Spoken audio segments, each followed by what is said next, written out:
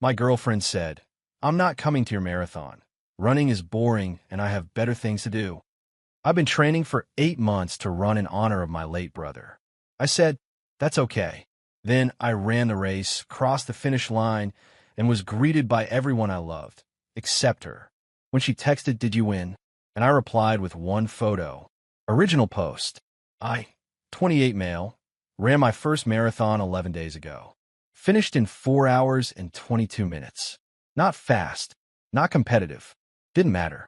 I ran it for my brother, who died of leukemia 14 months ago at 25. He was a runner, real one, the kind who woke up at 5 a.m. on Saturdays because he liked how the world sounded before everyone else was in it. He ran 3 marathons before he got sick. After his diagnosis, he made me promise I'd run one. I'm not a runner. I was a couch and PlayStation guy. I hadn't run a full mile since high school gym class. But he asked, so I said yes. I trained for 8 months. Not casually, seriously. 5 days a week. I downloaded a plan, joined a running group at my local shop, bought real shoes that cost more than my car payment, $176 for sneakers, which still feels criminal, but my shins stopped screaming so worth it. Lost 23 pounds. Got a blister so bad in month 3 that my sock was pink when I took it off. Kept going. My girlfriend, now ex, and I had been together a little over 2 years. She knew about the marathon from day 1 of training. She knew why I was running. She was there the night I told my family I was going to do it at dinner at my parents' house when my mom cried and my dad put his hand on my shoulder and didn't say anything because he didn't need to. She was there. She saw it. And for the first few months, she was fine. Not supportive exactly, but not hostile. She'd say things like, "Have fun on your run," the way you'd say "have fun" at the dentist. Tolerant. That was the word. She tolerated it. Then the tolerance started rotting. Month 4, she started making comments about my schedule. "You're really going to run on a Saturday morning again? We could be doing brunch." Month 5, she told me I was obsessed and that normal people don't structure their entire life around exercise. Month 6, she said, and this one stuck, "Your brother wouldn't want you to ruin your relationship over a race." She said that. Used my dead brother as leverage to win an argument about Saturday mornings. I didn't blow up. I should have. But I was deep in training, deep in grief, deep in trying to hold everything together. I just said, "Please don't talk about him like that," and went for my run. Month 7, 3 weeks before race day, she escalated. "I'm not coming to the marathon." We were eating dinner. I just finished telling her my parents, my brother's wife, and my 2 best friends were all coming. They made a plan, matching t-shirts with my brother's name and his favorite quote on the back. "The only finish line that matters is the one you're scared of." My mom had been working on the design for weeks. "You're not coming?" "No, I'm not standing outside for 4 hours watching people run. It's boring. I have better things to do. Better things to do than watching her boyfriend cross a finish line for his dead brother. Better things." I looked at her for a long time. Then I said, "That's okay." That's it. That's all I said. Because what else do you say to someone who just told you, in the clearest possible language, exactly where you rank? She looked surprised that I didn't fight about it. Maybe she wanted me to beg. Maybe the whole thing was a power play. Skip the marathon for me. Choose me over this. I don't know. I didn't ask. I just finished my dinner, washed my plate, and went to bed. We didn't talk about it again before race day. She acted completely normal, like the conversation hadn't happened. Kissed me goodbye that morning. Race started at 7 a.m. and said good luck like I was heading to a work meeting. The race was the hardest thing I've ever done. I'm not going to over-romanticize it.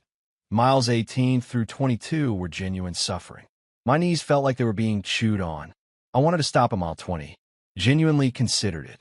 Then I thought about my brother at mile 21, sitting in that hospital bed with his legs that used to carry him 26.2 miles, now too weak to walk to the bathroom. And I kept going. I crossed the finish line, and I couldn't see through the tears, but I could hear them. My mom screaming. My dad doing that whistle thing he does with 2 fingers. My brother's wife, my sister-in-law, holding a sign that said, "He's watching." My 2 best friends in those t-shirts, hollering like I'd just won the Super Bowl. They rushed me. Group hug at the finish line. My mom was sobbing. My dad was crying. My dad, who did not cry at his own mother's funeral, was crying. My sister-in-law grabbed my face and said he would be so proud of you, and I lost it completely. Full breakdown. Right there in front of everybody. And it was the best moment of my life. Everyone I loved was there. Everyone. Except her. I didn't think about her until about an hour later, when we were all at a diner my brother used to love, smelling terrible and eating pancakes. My phone buzzed. Text from my girlfriend. Did you win? LOL. Did I win? Like it was a rec league softball game. Did you win? LOL. I didn't respond right away. I sat there with my people, pancake batter on the table, my mom still teary, my buddy wearing a finisher's medal he stole from me as a joke. I looked at all of them. My friend had his arm around my sister-in-law. My dad was telling the waitress about the race like she'd asked. She hadn't, he didn't care. My mom was taking a picture of my pancakes for the scrapbook. I took a photo. Not posed. Just the table. Everyone mid-laugh, mid-bite, mid-joy. My brother's memorial shirt visible on 3 of them. A copy of his race bib pinned to the back of my dad's chair. He kept it for my brother's last marathon and brought it so he'd have a seat at the table. I sent her that photo. No caption. No explanation. Just a picture. She didn't respond for 4 hours. When she did, it was, "Looks like you had a good time." I typed back. I did. That was Sunday. By Wednesday, I'd broken up with her. I'll update with what happened next, because it was a lot. But the short version is, she did not take it well, and her better things to do turned out to be a lot less better than she thought. Update 1, 6 days later. All right, I owe y'all the rest of this. Thank you for every comment on the original post, especially the runners who share their own stories. And to the person who said, your brother had a seat at the table and she didn't even show up to the building, that hit me right in the chest. So, the breakup. Wednesday evening after the marathon, she came over to my apartment. I'd asked her to. She walked in looking like she expected a normal hang, bag of takeout in one hand, her phone in the other, scrolling something. I got Thai. They were out of the spring rolls, though, so I think we should break up. She set the Thai food on the counter very carefully, like it was made of glass. Looked at me. Did a little laugh. Not a real one, the nervous kind. What? I've been thinking about it since Sunday, and I think we should break up. Because of the marathon thing? Are you serious right now? It's not just a marathon, but the marathon made it clear. Made what clear? That we want different things, and that the things that matter to me don't matter to you. She sat down on my couch, her default position for arguments, always sitting while I stood, always making me feel like the aggressive one, even when I was speaking calmly. I can't believe you're doing this over a race. It wasn't a race. It was for my brother. Your brother is gone. How long are you going to keep? She stopped herself, but not fast enough. I saw where that sentence was going. How long are you going to keep grieving? How long are you going to keep making this about him? How long? Finish that sentence. I didn't mean it like that. How did you mean it? She started crying. And look, I'm not made of stone. Watching someone you've loved for 2 years cry doesn't feel good even when you know you're making the right call. But I'd spent 8 months watching her slowly demote my brother's memory from important to inconvenient, and I was done. I want you to leave. I'll box up your stuff, and you can get it whenever. You're seriously ending 2 years over this. You couldn't stand outside for 4 hours for me, for something that was the most important thing in my life. Yeah, I'm ending it. She left, slammed my door hard enough to rattle the frame. Now here's where the entitlement really begins. Next day, Thursday, I get a call from her best friend. I'd met this woman maybe 6 times. She was always perfectly pleasant to my face, and I always got the sense she was absolutely brutal about me behind my back. Classic. Hey, I heard what happened. I just want to say, I think you're making a huge mistake. Okay. She's been crying all night. She really loves you. She just doesn't express it the way you want her to. She told me watching me run a marathon for my dead brother was boring, and she had better things to do.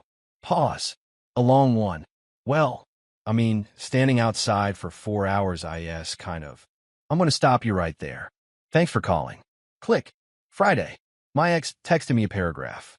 The gist: I was emotionally manipulating her by using my brother's death as a weapon, and she refuses to feel guilty for having boundaries around how she spends her time. Boundaries. She framed skipping the most important day of my life as a boundary. using therapy language to justify being selfish. I see this a lot online, and it's wild every time. People learning the vocabulary of mental health and using it as a shield for terrible behavior. I didn't respond. Saturday, 1 week after the marathon. This is where it gets really interesting. My ex showed up at my parents' house. Not my apartment. My parents' house. Without telling me, without asking, she drove to my parents' home and knocked on the door. My mom answered. My mom, who was wearing my brother's marathon shirt, by the way, because she wears it around the house now, opened the door and found my ex standing there. According to my mom, the conversation went like this. Hi, I'm so sorry to just show up, but I need to talk to you about your son.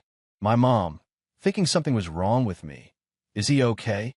He broke up with me, and I think he's making a decision he'll regret. I think he's still grieving and not thinking clearly, and I was hoping you could talk to him. My mom, he's grieving because his brother died. We're all grieving. What are you grieving? Our relationship. I just think if he could see.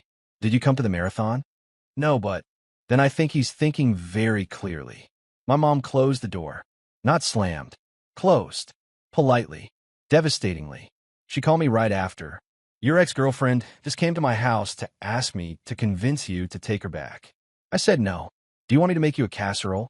My mom processes everything through casseroles. Grief casserole, celebration casserole, breakup casserole. I said yes.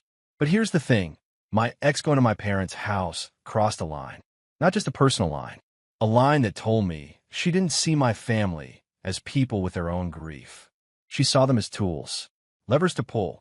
My mom, who lost her son 14 months ago, was supposed to redirect her energy from mourning to playing couples counselor for the woman who called her dead son's memorial race boring. The entitlement required to do that is staggering. And it told me everything I needed to know about how my ex saw the people in my life, as supporting characters in her story. I sent her one text that night. Do not contact my family again. This is not a negotiation. She responded, I was just trying to fix things. You're acting like I'm a monster. I didn't respond. There was nothing left to say, or so I thought, because the following week, she pulled something that genuinely made my jaw drop, and my sister-in-law got involved. And that changed everything. Update 2, 13 days later. Final update. I've been sitting on this for a few days because I wanted to make sure everything had settled before I wrote it out. It has. Mostly. So after the parents' house visit, I figured my ex would either cool off or keep pushing. She kept pushing, but she changed targets. She started reaching out to my friends. Not my close ones. She wasn't stupid enough to contact my 2 best friends who'd been to the marathon and who she knew were firmly in my corner. No, she went for the peripheral people. The guys I played basketball with on Thursdays. A couple from a group dinner we'd been to together a few months back. People who knew us as a couple, but didn't know the full story. Her angle was smart, I'll give her that. She wasn't trashing me. She was playing the confused, heartbroken girlfriend who just doesn't understand what went wrong. She told people I'd changed after his brother died, and that she'd tried to be supportive, but he pushed her away. She told one person, a guy from my basketball group who she'd met exactly twice, that I broke up with her because she couldn't make it to a running event due to a prior commitment. A prior commitment. She had better things to do. That was the prior commitment. Better things to do. And she reframed it as a scheduling conflict. I found out because my basketball buddy texted me. Hey man, your ex reached out to my wife. Just wanted you to know. She's saying some stuff that doesn't match what you told me. You good? I called him. Gave him the 2-minute version. Dead brother, memorial marathon. She said it was boring, skipped it, I broke up with her. His response, yeah, that's what I figured. She left out all of that. Of course she did. But here's the thing about the peripheral friend strategy. It has a fatal flaw. People talk to each other. Within 3 days, 3 different people had independently reached out to me, saying, your ex contacted me / my partner. And every single one of them asked for my side, heard it, and that was that. Nobody told me I was wrong. Nobody said, you should give her another chance. One guy from basketball said, and I quote, bro, she skipped your dead brother's race, and she's trying to get sympathy? Read the room. The reaching out campaign died fast. But my ex apparently didn't get the message, because she tried one more thing. And this is the one that really set things off. She contacted my sister-in-law, my brother's wife, the woman who lost her husband to leukemia, the woman who stood at that finish line holding a sign that said, "He's watching." My ex sent her a DM on Instagram. I didn't see the message directly, but my sister-in-law called me at 10 p.m. on a Tuesday. She never calls that late, and said, "I need to read you something." The DM was long. The summary: my ex told my sister-in-law that she completely understood the pain of losing someone she does not, and that she thought I was processing grief in an unhealthy way by using the marathon as an emotional crutch, and that she was worried about him and hoped my sister-in-law could talk some sense into him because he respects you. She told the widow of the man the marathon was honoring that the marathon was an emotional crutch. She told the woman who made the memorial shirts that honoring her dead husband was unhealthy. My sister-in-law is the calmest person I know. She's a pediatric nurse. She deals with crisis every day. She does not rattle easily.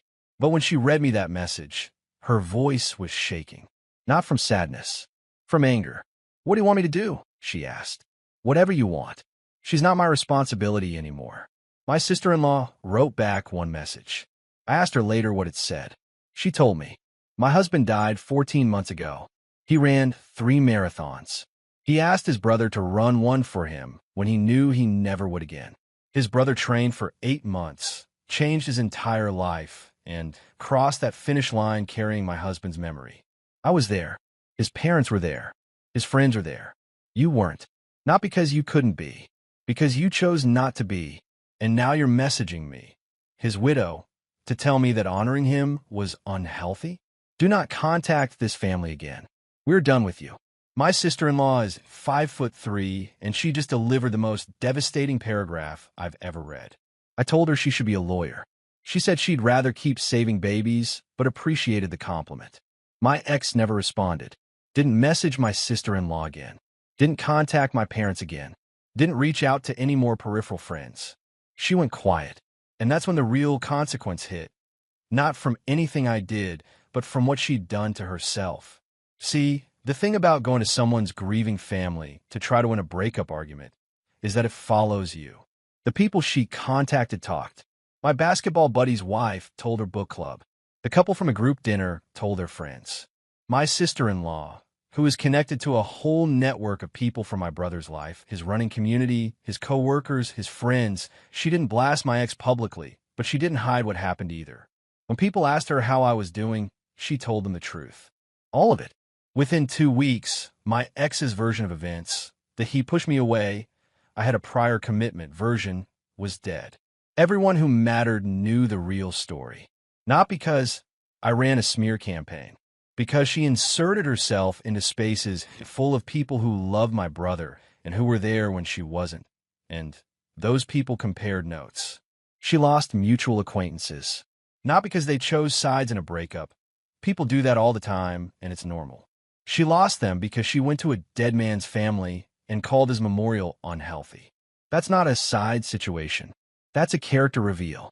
Last I heard, from my basketball buddy, who somehow stays informed about everything, she told her own friends that my family ganged up on her and that she was the victim of grief weaponization. She's apparently dating someone new already. I genuinely hope she's happy. I also genuinely hope she never tells that guy's family that something he cares about is boring.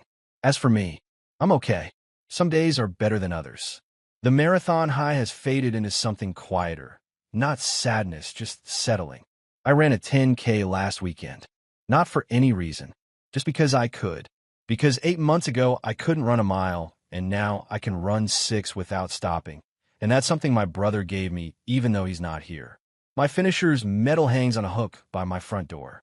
Right next to my brother's from his last race. My sister-in-law gave it to me the day after the marathon. She said he wanted to have it. Every morning I grab my keys, and I see them side by side. His says 2022. Mine says 2025. 3 years apart, but close. My mom still makes casseroles. My dad started running, just short ones. He's 61 with a bad hip, but he goes out 3 mornings a week. He doesn't talk about why. He doesn't need to. My sister-in-law and I are closer than we've ever been. She came over last Sunday, and we watched old videos of my brother at his races, and she laughed so hard She choked on her wine when we found one where he tripped at mile 2 and ate dirt in front of a crowd. He would have loved that we laughed at that. He was always the funniest person in the room, even when he was the one falling. My ex wanted me to choose her over this. Over the training, the grief, the people, the promise. She wanted the version of me that existed before my brother died. The couch guy, the PlayStation guy, the guy who didn't wake up early on Saturdays. But that guy is gone. He left somewhere around mile 21 a marathon when he was crying and running and refusing to stop. I don't miss her. I miss who I thought she was sometimes, but that person was always conditional. She was supportive as long as it was convenient, present as long as it was comfortable, loving as long as it didn't require standing outside for 4 hours on a Sunday. And I needed someone who'd stand. That's the whole story. I'm logging off this account. Got a training plan to look at. My sister-in-law signed up for a half marathon in the spring and asked me to run it with her. We're going to wear the shirts. My brother asked me to run one. I'm going to keep running. Thanks for everything, Reddit. Go call someone you love. Tell them you'll be there. Then actually show up.